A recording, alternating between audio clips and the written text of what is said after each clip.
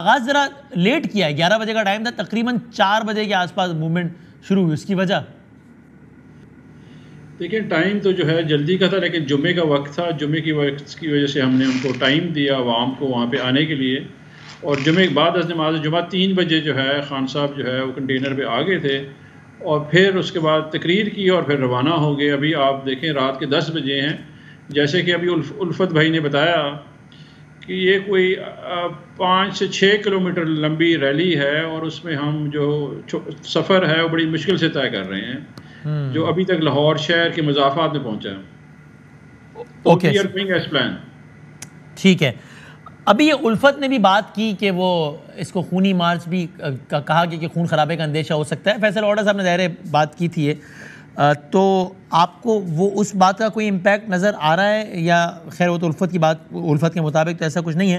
लेकिन मेरा सवाल आपसे इस मुतालिक है कि फैसल वाडा साहब ने आज एक और ट्वीट भी की और उन्होंने कहा बस चूँकि वो एक कनेक्शन थे between the party and the institutions, तो वो ये कहते हैं कि बस वे मामला तय करने के बहुत करीब थे, लेकिन कुछ ख़ास लोगों ने और कुछ आम लोगों ने, पार्टी के कुछ आस्तीन के सांपों ने ये सब न होने दिया।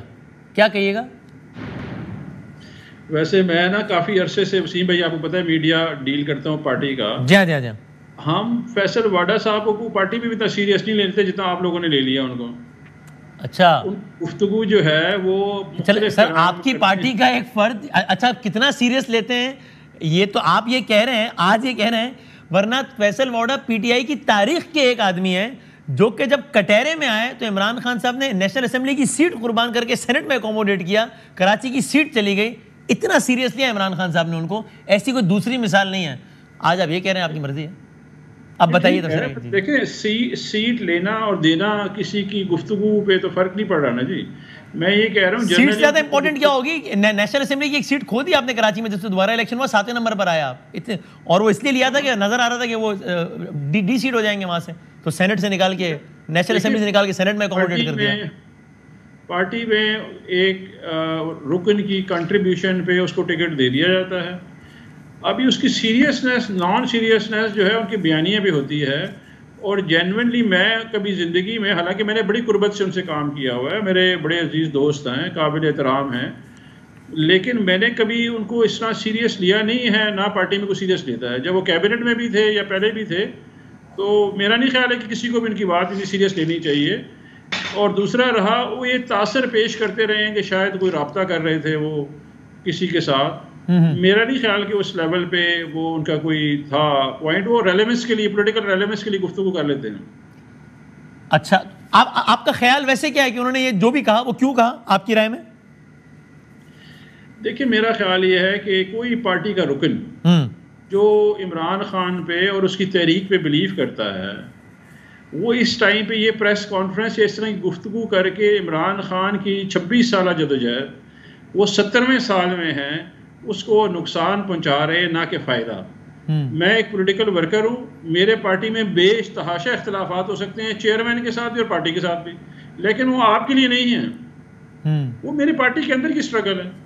सो एक पॉलिटिकल वर्कर की स्ट्रगल पार्टी के अंदर होती है और एक स्ट्रगल बाहर होती है। और हर पॉलिटिकल वर्कर के वक्त आता है जिसमें आपको मुश्किल आती है पार्टी के अंदर, और कभी आपका अच्छा वक्त होता है। तो ये दोनों चीज़ें सियासी वर्कर को साथ लेके चलनी होती है। और गुफ्तगू पार्टी के अंदर पार्टी में रहती है, पार्टी के बाहर की गुफ्तगू जो है वो अपोजिशन के साथ, जो आपके पॉलिटिकल अपोनेंट आप करते हैं। इस टाइम पे उन्होंने इस तमाम तहरीक को सैबोटाज करने की कोशिश की है, हालांकि हुई नहीं है। ठीक है, अल्हम्दुलिल्लाह अवाम उसी तरह आई हुई है, उनके कहने से कोई फर्क नहीं पड़ा। ठीक। और ना इमरान खान इतने कदावर शख्स हैं कि फैसल वाडा के कहने ना कहने से कोई फर्क नहीं पड़ता। अच्छा सर, ये बता दीजिए इफ्तिखार दुरानी साहब के 4 नवंबर को आप इस्लामाबाद पहुंचने का इरादा रखते हैं, तो आप इस्लामाबाद पहुंचते हैं, अच्छा आप खुद बता चुके हैं, फवाद साहब ने बताया कि H9 पार्क में बैठेंगे, रेड जोन नहीं जाएंगे, जो कि अच्छी बात है, पासदारी करेंगे, जहां अदालत ने जहां की इजाज़त दी है वहीं जाएंगे। तो सर मैं समझना चाह रहा हूँ कि आप जब में अभी जो इतना क्राउड है उसको मल्टीप्लाई बाय 10 कर लें और आप वो बड़ा क्राउड लेके H9 पे बैठ जाते हैं और कहते हैं जी इलेक्शन कराएं, गवर्नमेंट कहती है नहीं कराएं, कैसे अपने मकसद के उसूल तक पहुंचेंगे? इसके लिए 2 मिसालें हैं ना, एक माजी करीब और एक माजी बाई।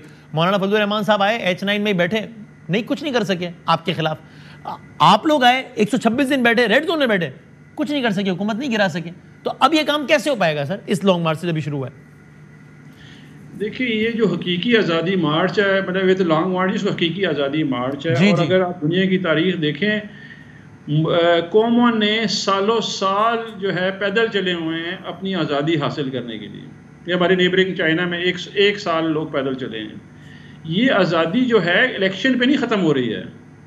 ये आज़ादी एक निज़ाम की दुरुस्तगी है जिसमें अवाम जो है वो फैसला साजी करेगी और उनके नुमाइंदे उनके लिए फ़ैसला साजी करेंगे जो हक़ है अवाम का।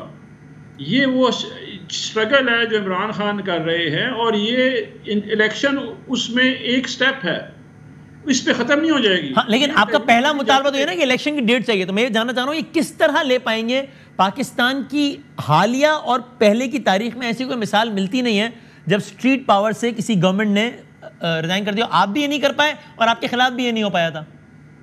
देखिए, तरीके पॉलिटिकल जो है ना स्ट्रगल जो है उसमें कोशिश की जाती है, सही, और जमहूर जो है वो आपके साथ है।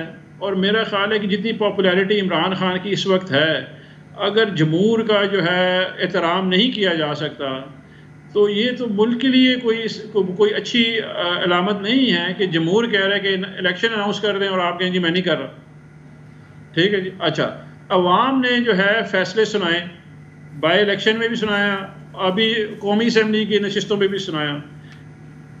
अगर उस पर जो है हुकूमत नहीं मानती और जो इस वक्त जो आपकी मईशत है मुल्क की वो दिन ब दिन अदम इस्तेकाम, सियासी अदम इस्तेकाम की वजह से नीचे जा रही है और ये ठीक नहीं कर सकते। उसका एक ही हाल है सियासी इस्तेकाम पैदा करना, वो इलेक्शन का तरीका है।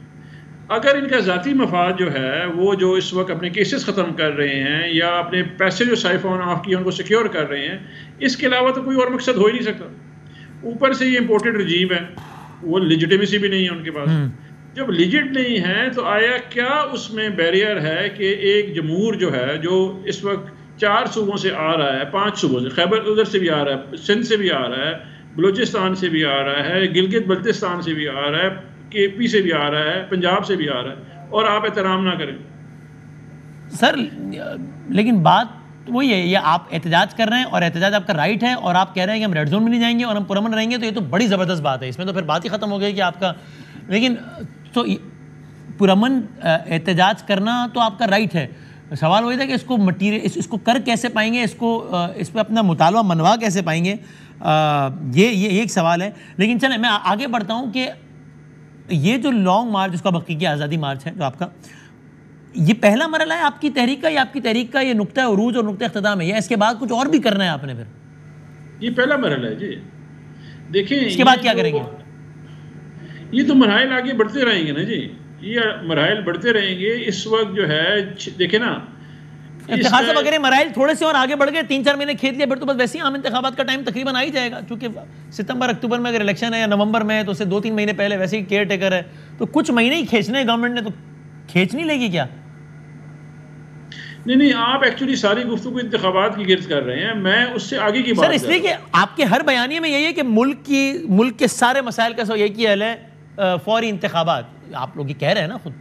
हाँ जी, तो इसलिए मेरी सारी गुफ्तगू उस नुक्ते के गिर्द है। लेकिन जो हकीकी आज़ादी का मकसद है ना जी, वो है पाकिस्तान को जिस मकसद के लिए बनाया गया, जो अल्लामा इकबाल का और कायद आज़म साहब का ख्वाब था, उसकी तरफ लेके जाना। ये हकीकी आज़ादी जो है उसकी नज़रिए पे चली जा रही है। इसका एक स्टेप ये है कि आप जमहूर को मौका दें कि वो अपनी मर्जी की हुकूमत मुंतखब करे, और उसके बाद फिर हम आगे लेके चलेंगे। यहाँ पे रुक नहीं रहा। चल लेट्स सी।